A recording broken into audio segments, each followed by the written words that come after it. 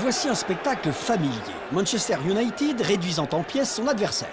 Entre l'envoyer à Giggs ou à Cole, Cantona choisit Steve Bruce. Oh. Ah ben non, c'est pas grave, Steve. Tu restes beau gosse. Enfin, faut voir.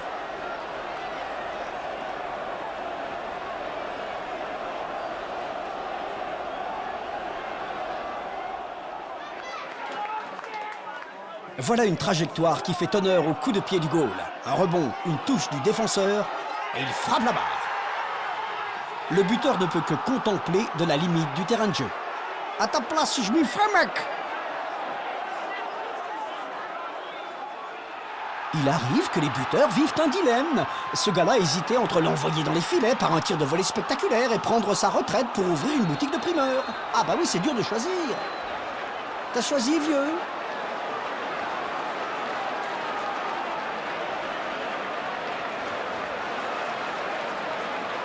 Ipswich, Oxford. Après une confusion dans la défense, le ballon échoue au buteur d'Ipswich, Marlon Harewood. Il n'en croit pas sa chance. Les supporters d'Ipswich n'en croient pas leurs yeux, eux. Si vous voulez voir une belle bourde, regardez le numéro 11 qui sprinte vers la cage. Il rêvait de ce moment depuis des semaines. Il lui faudra peut-être désormais des sédatifs. Max Huberts en fera des cauchemars toute sa vie. Oh là là là là, il s'en est fallu de peu, hein, a-t-il dit, avec une voix un peu bizarre. The Arsenal fans who travel up from London cheering their every pass. Pires played in by Bergkamp. He's got Ljungberg up with him. Here's Ljungberg! I tell you what, that takes some believing. But that has to go down as one of the most extraordinary misses I've ever seen. Si l'on veut réussir comme buteur de Liverpool dans l'ombre de Rush et Dalglish, il faut monter la barre haut. C'est Ronnie Rosenthal qui aurait bien aimé que le responsable du terrain l'ait fait. Certains diront qu'être un bon marqueur de but, c'est savoir être au bon endroit, au bon moment. Sander van der Heide l'a bien compris, mais réussit à louper la cage ouverte. Il a décidé de passer le reste de sa vie recroquevillé dans cette position. Pauvre vieux. Façon yoga, quoi. Il passe le défenseur, évite le gardien. Wezo Taibo ne peut pas croire qu'il l'a loupé celle-là. En championnat du monde, l'efficacité allemande habituelle est à plein régime. Un geste d'attaque précis aboutirait avec panache au fond de la cage. Pour Christoph Dabrowski, c'est 9. Bon, d'un autre côté, si ça avait été du rugby, ça aurait valu 3 points, hein.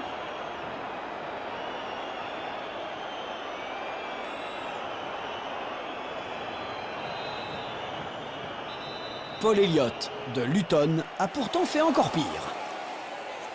Incroyable! Quand on joue contre Manchester United, il faut saisir sa chance. Jansen forcing the ball wide. Dunn, lovely touch by Dunn. Oh, what a miss by Blake. He was virtually underneath the crossbar when he put his head on that cross. Phil Stant est un gros vénard. Comme tous ces autres clowns, il rate un but que sa grand-mère aurait marqué. Mais Stant pourra toujours dire qu'il l'a fait exprès, parce que le hors-jeu avait été sifflé. Ouais, c'est ça, mon pote, on te croit. Sousa Wamberto, quel nom, ouais. Et quel fiasco.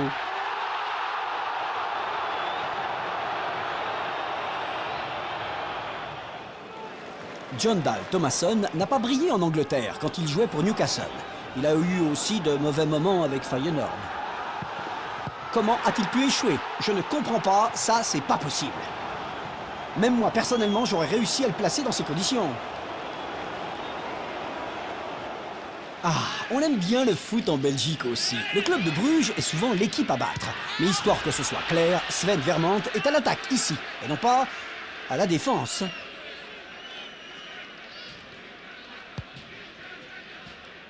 Le temps que je dise son nom, cet extrait sera passé. Le voici, c'est Mohamed Aliou Dati. Et j'ai pas saisi la suite. S'il y a un moment où on n'a pas envie de se planter, c'est pendant les grands matchs de derby. Graham Sharp l'a pourtant fait ici pour Everton contre Liverpool. Oh mince alors, je suis sûr que c'était que de la malchance.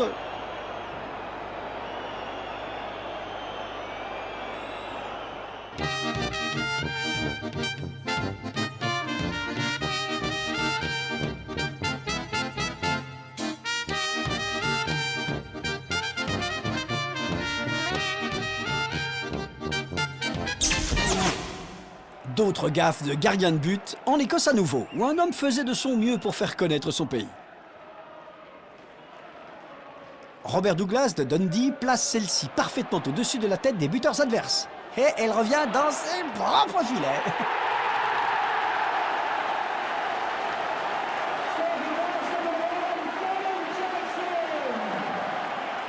Non, alors là, franchement, entre nous, hein, eh ben bravo Robert, bravo. Tu as gardé ton sang-froid, ta contenance. Très maladroit comme gars.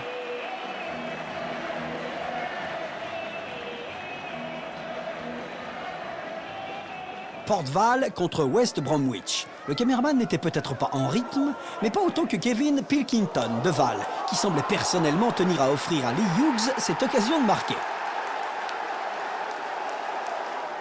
Viens mon papa, viens mon papa. Viens là, allez viens là. Voilà, ça c'est bien.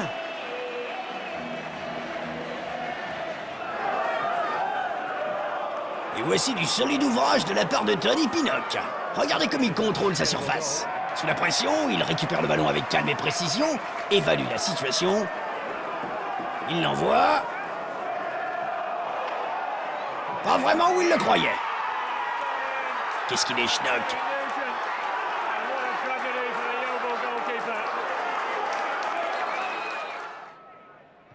Celtic Park est une forteresse, en tout cas généralement.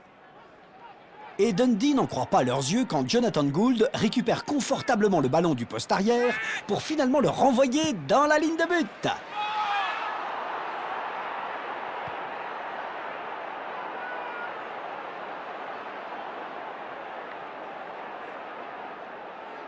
Adieu l'Old Firm, parlons plutôt de l'infirme. Ici, on est au Portugal, et voici Rodrigues Raúl Iglesias, oui, lui-même, accueillant généreusement le buteur adverse. Non, franchement, il devrait peut-être s'en tenir qu'au champ, hein. Regardez la patiente construction menée par Manchester City pour assiéger le but de Swindon. Heureusement, Franck Talia est prêt à agiter le drapeau blanc.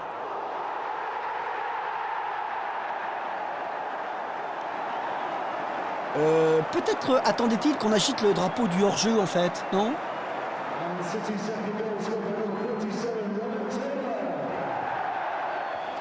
Une balle en cloche transforme rapidement la défense de Luton en attaque. Puis le gardien de but de Blackpool, Phil Barnes, décide de faire exactement pareil, mais échoue tristement. Qui a dit que l'attaque était la meilleure des défenses?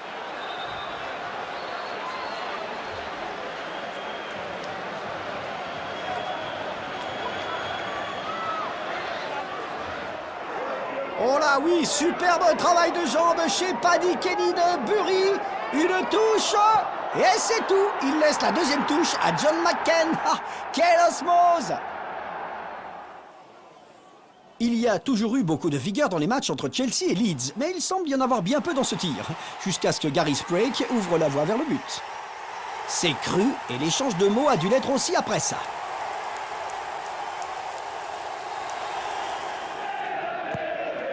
Ah, il semble qu'Andy Dibble de Manchester City se prenne pour le roi du dribble.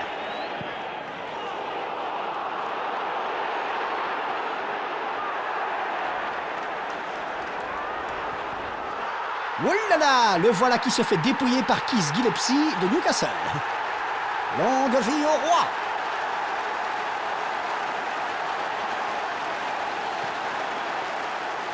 Il l'envoie d'une façon, puis de la même façon.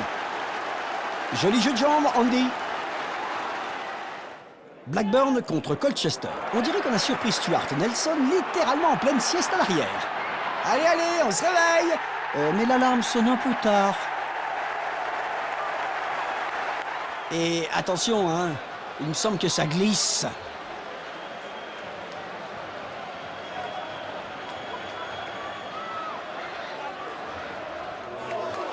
Pour contrer l'attaque de Mansfield, Bertrand Bossu, le libéraux de Darlington, passe à l'action.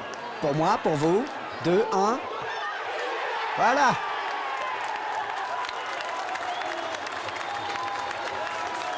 voici une vraie perle, un but de Nigel Winterburn. Pas un de ceux que Martin Hodge voudrait avoir dans sa collection toutefois.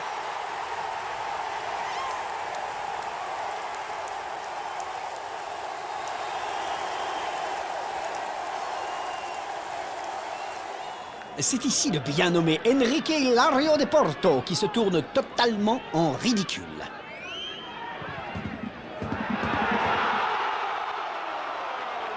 Ah ouais, non mais faudrait déplacer les poteaux là.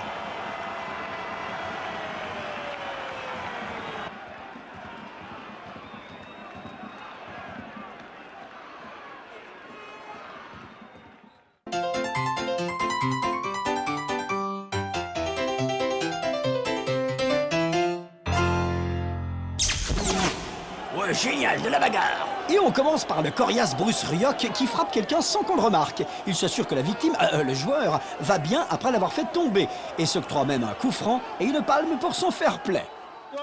Pour ce qui est des débats houleux, les Espagnols sont imbattables. Ces deux gars qui ont l'air de tueurs de la mafia voient leur dispute gâchée par celui qui ressemble à un prof. Le grand lui envoie une mandale et court ensuite se réfugier derrière une feuille de papier A4. Tout ça parce qu'il a rapporté sa mob avec un jour de retard. Non! Sri Lanka, Maldives. Les Sri Lankais n'ont aucune pitié pour les blessés. Frapper un homme